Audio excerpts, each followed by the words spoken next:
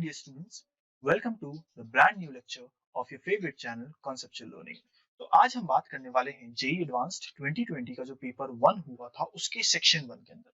Section 1 के कौन से क्वेश्चंस आए थे? सिंगल करेक्ट क्वेश्चंस आए थे। तो चलिए शुरू करते हैं आज का डिस्कशन।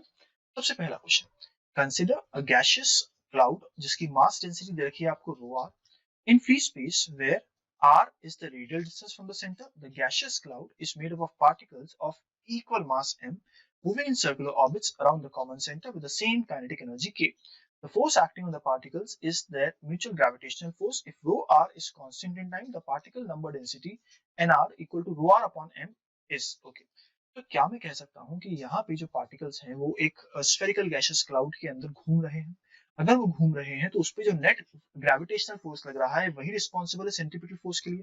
तो कैन आई राइट डाउन कि भाई g into total mass of the gaseous cloud into mass of one particle upon उसकी दूरी सेंटर से, ये तो हो गया क्या? Gravitational force. और ये किसके बराबर होना चाहिए? सेंट्रीपिटल फोर्स के बराबर। तो उसको मैंने लिखा mv²/r। इसको मैं क्या लिख सकता हूँ? 2 चलिए अगले स्टेप में लिखते हैं। इसको मैंने लिखा g times capital M into small m upon r²। इसको मैं लिख सकता हूँ 2/r इंटू k। k क्या होता है? Kinetic energy. क्या होती है वो वैल्यू? Half of mv²। इसको अगर आप चाहें तो एक स्टेप बाद लिख देंगे हम लोग, हाफ ऑफ mv² और इसकी वैल्यू है k। ठीक है, क्या यहाँ से मैं लिख सकता हूँ कि capital M is equal to 2k into r upon gm। क्या इतना समझ में? अगर इतना समझ में आ गया तो let us differentiate this value. तो dm is equal to 2k into dr upon gm। अब ये dm है क्या? dm है r दूरी पे तो छोटी सी पतली सी लेयर ले लूं मैं मास की। जैसे कि अगर मैं कहता हूं ये मेरा गैसियस क्लाउड है, तो मैंने कहा कि भाई किसी r दूरी पे जाके मैं पतला सा रिंग बनाऊं जिसकी मोटाई कितनी है? dr है। तो कहना है कि यहाँ पे dm की वैल्यू कितनी हो जाएगी? 4πr² into dr is equal to 2 times k dr upon g into capital M हो जाएगी। करेक्ट। dr और dr यहाँ से खत्म करो, what do I get? I get this value, अच्छा into रो भी तो आएगा। I get this value as 2k upon 4πg into m upon r²। क्या इतना समझ में आ गया? अब हमसे क्या पूछा है? हमसे तो m पूछा है, तो वो कितना है? रो अपॉन m है। तो अगर मैं इसको सॉल्व करता हूं तो what do I get? a upon 2πr² m² जी, और ये मेरा फाइनल आंसर हो जाएगा। लुकिंग एट द ऑप्शंस, ए सही हो जाएगा, बाकी सारे ऑप्शंस गलत हो जाएंगे। चलिए अगले क्वेश्चन पे आते हैं। एक थिन स्फेरिकल इंसुलेटिंग शेल है, इसका रेडियस r है, वो यूनिफॉर्मली डिस्ट्रीब्यूटेड चार्ज है उसके ऊपर और इस तरीके से है कि उसकी सरफेस पे जो पोटेंशियल है वो है v0। हमने एक होल किया जिसका सरफेस एरिया है अल्फा इंटू 4πr², जहां पे अल्फा बहुत छोटा है। दिस सिग्निफाइज कि जो होल किया है this is almost a point जहां से मैंने वो चार्ज निकाल लिया। Is made of the shell without affecting the rest of the shell, which one of the following statement is correct. अच्छा, अब before starting to solve this question, अगर मैं कहूं कि ये मेरे पास एक शेल है जिसके ऊपर टोटल चार्ज Q है और इसका रेडियस है R, तो क्या मैं कह सकता हूँ कि भाई जो टोटल चार्ज Q है, या यूं कहूँ जो टोटल एरिया है भाई इसका, जो टोटल एरिया है वो है 4πr²। इस पे टोटल चार्ज कितना है? है टोटल चार्ज कैपिटल। करेक्ट। अब मैं कहता हूँ कि अगर मैं इसके अंदर अल्फा इंटू 4πr² एरिया ले लूं तो इसके ऊपर चार्ज कितना होगा? Alpha into Q। तो क्या मैं कह सकता हूँ, अगर ये छोटे से हिस्से की बात करूं तो इस पे चार्ज है स्मॉल q, और इस स्मॉल q की वैल्यू कितनी है? Alpha into capital. इतना समझ में आ गया? अगर आ गया तो चलिए ऑप्शंस पढ़ते हैं। The potential at the centre of the shell is reduced by 2 alpha v0। अच्छा, ओरिजिनली शेल का पोटेंशियल कितना है? v0 है, फिर मैंने एक हिस्सा हटा लिया तो रिड्यूस किसके कारण होगा? वो जो हिस्सा हटाने के कारण। तो मैं कहूंगा कि भाई सेंटर पे जो पोटेंशियल आएगा, जो हटेगा, वो इस चार्ज के कारण हटेगा। वो कितना होगा? k into q upon r, which is equal to k into q upon r into alpha, which is equal to alpha into v0। कहता समझ में? अगर इतना समझ में आ रहा है तो भाई ये तो गलत लिखा है, यानी ये तो कैंसिल हो जाएगा। ठीक है। The magnitude of electric field at the center of the shell is reduced by alpha v0 upon 2r। अच्छा, तो अब मैं अब क्या कहा जा रहा है? इलेक्ट्रिक फील्ड की बात करा जा रहा है। तो electric field due to alpha at the centre कितनी होनी चाहिए? भाई ये होनी चाहिए k into q upon r²। which is equal to K into Q upon R into alpha by R, which is equal to alpha into V not by R. देख लो भाई, क्या यहाँ पे ये लिखा है? क्या नहीं लिखा, ये गलत हो जाएगा। ठीक है, अगला, the ratio of the potential at the center of the shell so that the potential at 1/2r from the center towards the hole will be 1 minus alpha upon 1 minus 2 alpha। चलिए इसको हम नेक्स्ट पेज पे solve करते हैं। तो अगर हम इस पर्टिकुलर को देखें तो क्या मैं कह सकता हूँ, एट पॉइंट सी हमने लिख दिया, फिर एट पॉइंट बी हमने लिख दिया, इसका रेशियो निकाला तो देखो 1 माइनस अल्फा अपन 1 माइनस 2 अल्फा आ रहा है। देखिए ये मैच हो रहा है क्या? बिल्कुल, ये तो एकदम मैच हो गया, ये सही हो जाएगा। अगला, the magnitude of electric field at a point located on a line passing through the hole and shell center at a distance 2r from the center of spherical shell will be reduced by, okay, तो क्या मैं कह सकता हूँ कि अगर मैं इसी स्फीयर की बात कर लूं, यहां से ये एक पॉइंट है, पॉइंट सी, कितनी दूरी पे? 2r दूरी पे, और इससे कितनी दूरी पे? इससे r दूरी पे। ठीक है, तो रिड्यूस की बात करी जा रही है, रिड्यूस की बात करी जाए तो भाई पूरे के कारण तो जो रहा होगा उसमें से कुछ रिड्यूस कर रहा होगा, ये वाला पोर्शन, ये वाला पोर्शन। तो let us write down this. तो potential at C due to alpha वाले के कारण बराबर होगा K Q upon R square, which is equal to K Q upon R into alpha by R, which is equal to alpha V naught by R. देख लीजिए भाई, क्या यहाँ पे alpha V naught by R लिखा है? क्या नहीं लिखा, यानी ये भी गलत हो जाएगा। Hence, the correct answer is option C for this particular question. चलिए आगे बढ़ते हैं हम लोग। A current carrying wire heats a metal rod. The wire provides a constant power T to the rod. The metal rod is enclosed by an insulated container. It is observed that the temperature in the metal rod changes with time. Okay, तो beta constant है with appropriate dimensions, T naught constant with dimensions of temperature, the heat capacity of the metal के बारे में पूछा गया है या बताना है हमें। तो क्या मैं अगर इसको डिफरेंशिएट करूं तो कैन आई राइट डाउन कि भाई dt अपॉन dt, ठीक है ना, is equal to T not into beta into T की पावर माइनस ऑफ, ये यूं कहें हम इसको, अगर हम इस चीज को माइनस ऑफ 3/4 लिखते, चलो बढ़िया है, बाय 4। क्या इतना समझ में आया? अब हमसे क्या बोला गया? हमसे बोला गया कि wire provides a constant power P to the rod, the metal rod is in, तो क्या करेंगे इसके अंदर? हम बोलेंगे कि भाई जो हमारे पास dq by dt होता है वो किसके बराबर होता है? वो होता है h इंटू क्या लिखेंगे भाई? e times capital T upon small t, correct. अच्छा, ये जो dq by dt है यही तो मेरे पावर है, तो can I right down this as, इसको सब्स्टिट्यूट कर रहा हूँ, देखना वैल्यूज को। मैं कह रहा हूँ P is equal to h into dt by dt value कितनी है? T not into beta into T की पावर माइनस, ये स्मॉल t है ना, 3/4 होल अपॉन 4, यानी can I right down T की power 3/4 is equal to h times T not beta upon 4p। देख लीजिए भाई, अगर इतना समझ में आ गया है तो फिर अब आगे क्या करेंगे हम लोग, हम थोड़ा दिमाग लगाते हैं।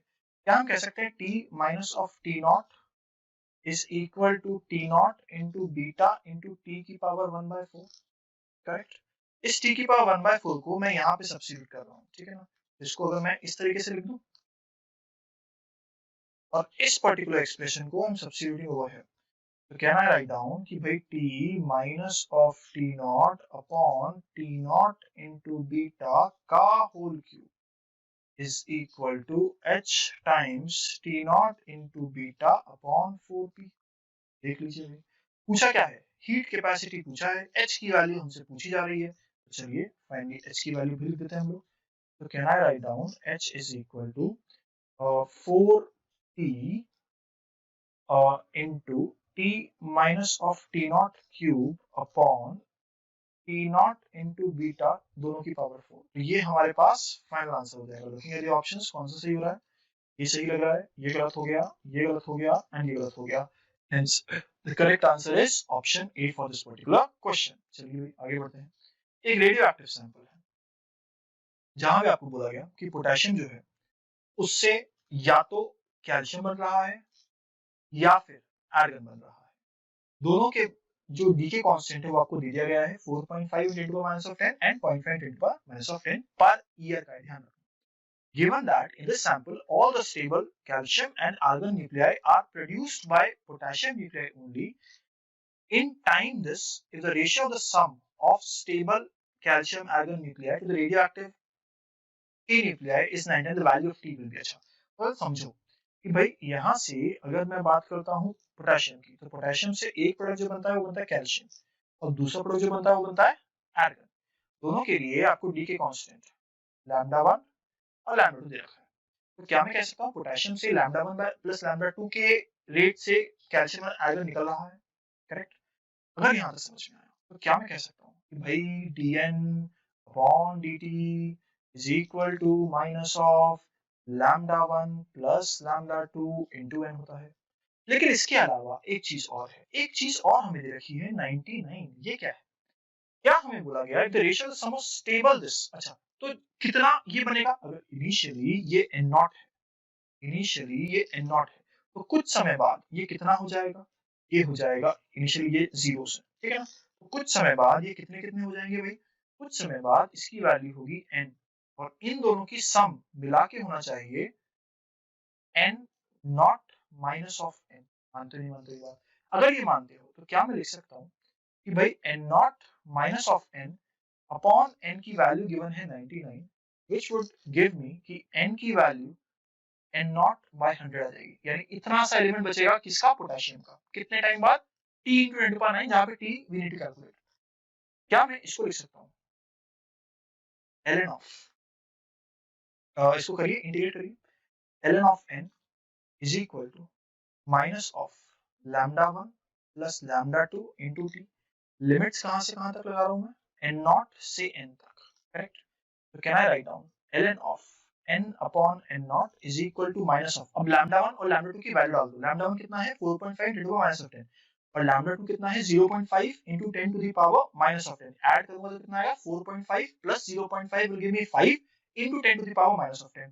तो 5 into 10 to the power minus of 10, ठीक है ना भाई। और टाइम कितना लगा? टाइम अभी थोड़ी देर रहने देते हैं, इसको सॉल्व करेंगे हम फाइनली। n की वैल्यू कितनी है? ये है n नॉट बाय 100।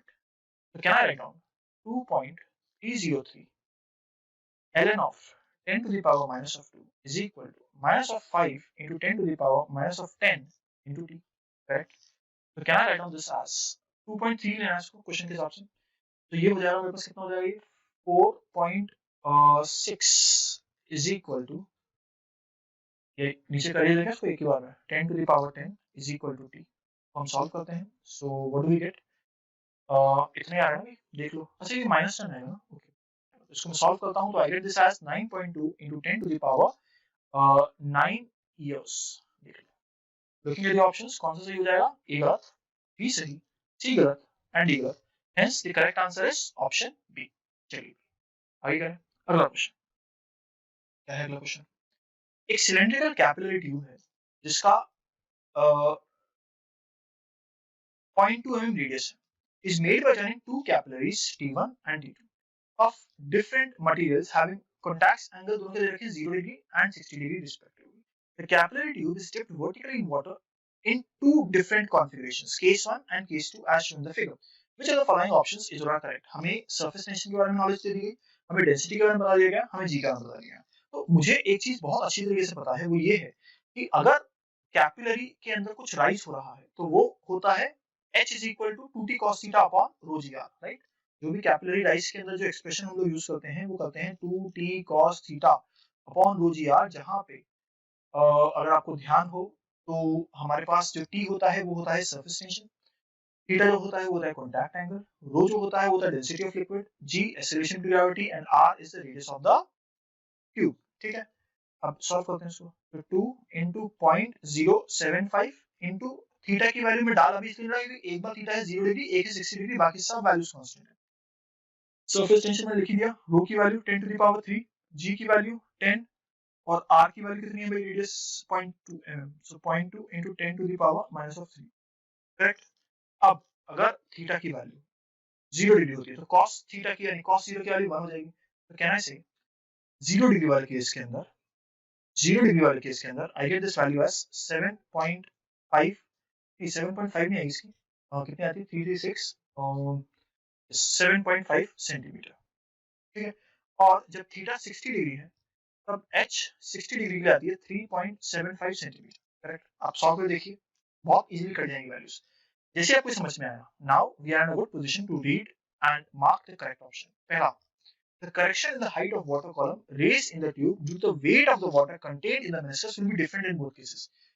अब देखो बच्चों, क्योंकि कॉन्टैक्ट एंगल डिफरेंट है तो ऑटोमेटिकली जो हाइट ऑफ द वॉल्यूम मतलब वेट ऑफ द वाटर है कंटेन्ड मेनिस्कस वो अलग अलग होगा, उनका करेक्शन भी अलग अलग होगा। ये मेन रीजन क्यों है? क्योंकि कॉन्टैक्ट एंगल डिफरेंट है। अगर कॉन्टैक्ट एंगल डिफरेंट होगा तो हर बार वो जो correction in height of the water column होगा वो डिफरेंट डिफरेंट होगा। ठीक है ना? तो ये ऑप्शन सही हो जाएगा। For case 2, if the capillary joint is 5 centimeter above the water surface, the height of the water column raised in the tube will be 3.75 centimeter। अच्छा भी, तो ये 3.75 centimeter होगी या नहीं होगी ये हमसे पूछा जा रहा है। तो जब मैं केस 2 की बात करता हूँ, if the capillary joint is 5 centimeter from the water surface, the height of the water column raised in the tube will be, तो क्या होगा भाई 3.75 होगी कि नहीं होगी? सोच के देखो।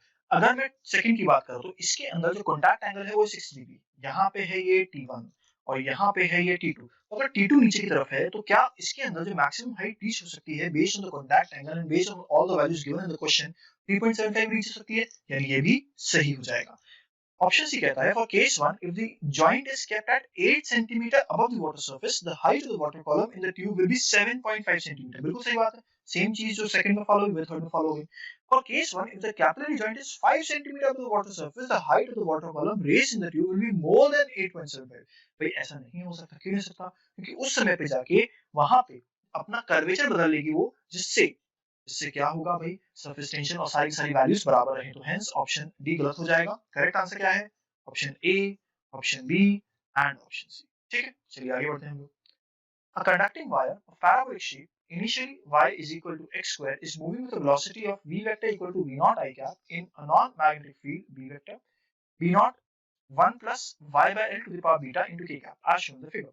If v naught, l, beta are positive constants and delta phi is the potential difference developed between the ends of the wire, then the correct statement is or are। अच्छा, तो इस पर्टिकुलर क्वेश्चन में हो क्या रहा है? इस particular question में हम लोग इस पूरे वायर को इस तरफ दौड़ा रहे हैं या इस तरफ भगा रहे हैं या इस तरफ चला रहे हैं। करेक्ट। अब हमें बोला गया कि जो मैग्नेटिक फील्ड है वो किस तरफ है? ये देख लो, ये क्या, यानी एक्स वाई प्लेन से या तो बाहर आ रही है या अंदर जा रही है। अब जिस हिसाब से हमारा एक्सप्रेशन दे रखा है, अगर बी नॉट पॉजिटिव है तो बाहर आ रही है, और इस हिसाब से यहाँ पे लिखा हुआ भी है बाहर की तरफ आ रही है। तो क्या मैं कह सकता हूँ जो फील्ड लाइंस कट करेंगी वो एग्जैक्टली इतनी ही कट करेंगी, इतने हिस्से की कट करेंगी? क्या वो सिर्फ और सिर्फ इतने हिस्से की ही कट करेंगी? देख लोगे, है ना, इतना ही हिस्सा कट होगी। ठीक है, अब थोड़ा दिमाग लगाओ, अब थोड़ा दिमाग लगाओ। क्या मैं कह सकता हूँ कि यहाँ पे जो क्या निकालना मुझे, पोटेंशियल डिफरेंस डेवलप। ओके, सो ईएमएफ निकालना है। सो ई को मैं क्या लिख सकता हूँ, B into L. Correct. B कितना है?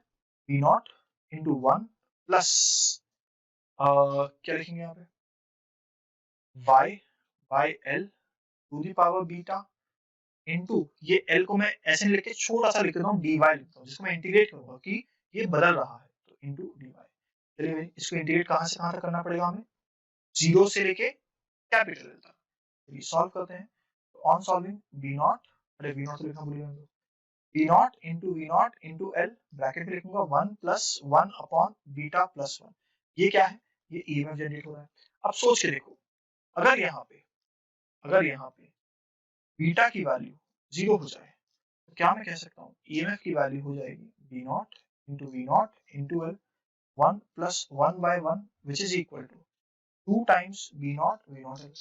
अगर बीटा की वैल्यू 1 हो जाए तो ई की वैल्यू कितनी हो जाएगी भाई? ई की वैल्यू हो जाएगी 4/3 बी नॉट इंटू एल। देख लीजिए भाई, अगर इतना क्लियर है तो भाई ये सही हो गया, ये सही हो गया। अब सोच के देखो, अगर ये इस तरीके का पैराबोलिक कर्व ना होके स्ट्रेट वायर होता वाई एक्सिस के अलोंग, तब भी मतलब जिसकी लंबाई एल होती, तब भी उतना ही फ्लक्स जनरेट होता, इतना ही ईएमएफ जनरेट होता। या फिर ये कुछ ऐसा आड़ा टेढ़ा वायर होता और ये यहाँ पे आके खत्म होता, ठीक है, उतना जनरेट होता। या फिर ये कुछ स्ट्रेट वायर होता है इस तरीके से रूट टू एल। तो ऑप्शन के अंदर बात करें तो ऑप्शन सी क्या बोलता है कि भाई रूट टू एल का सेम वायर होगा तब ऐसा होगा। हमने कहा हाँ वो तो होगा ही सही, उसके अलावा कैसा भी वायर ले लो, लेकिन वो जो प्रोजेक्टेड एरिया है वो y एक्सिस पे 0 से l तक कवर करेगा, तो सबके लिए वो सेम ही आएगा, यानी ऑप्शन सी सही हो गया। Delta phi is proportional to length of the wire projected on the y axis. भाई length of the wire projected on the y axis, तो क्या हो जाएगा भाई, लेंथ ऑफ द वायर तो सही है। अच्छा अपने एक गलती कर दी क्या यहाँ पे कितना आ रहा है 2b0 v0 l, और हमने यहाँ पे क्या लिखा है, तो गलत हो जाएगा, राइट। तो लुकिंग एट द ऑप्शंस कौन सही हो गए, बी सही हो गया, सी सही हो गया, एंड फाइनली डी भी सही हो गया। चलिए तो आज के लेक्चर में हमें 6 ही क्वेश्चन डिस्कस करने थे। आपको अगर ये लेक्चर पसंद आया हो तो इसको लाइक करिएगा। आपको लगता है कि आप ये वीडियो बाकी भी लोगों को आप हेल्प कर सकता है, उनको काफी सारी चीजें सिखा सकता है, तो इस वीडियो को अपने कलीग्स के साथ, अपने फ्रेंड्स के साथ, अपने क्लासमेट्स के साथ शेयर करिए। और अगर आपको इस चैनल से जो भी रेगुलर वीडियोस आ रहे हैं उनके अपडेट्स चाहिए, उनकी नोटिफिकेशन चाहिए, तो सब्सक्राइब का बटन दबाएं, उसके पास बेल आइकन दबाना मत भूलिएगा। तो चलिए आज का लेक्चर हम यहीं पे खत्म करते हैं, मिलते हैं नेक्स्ट लेक्चर में। Thank you.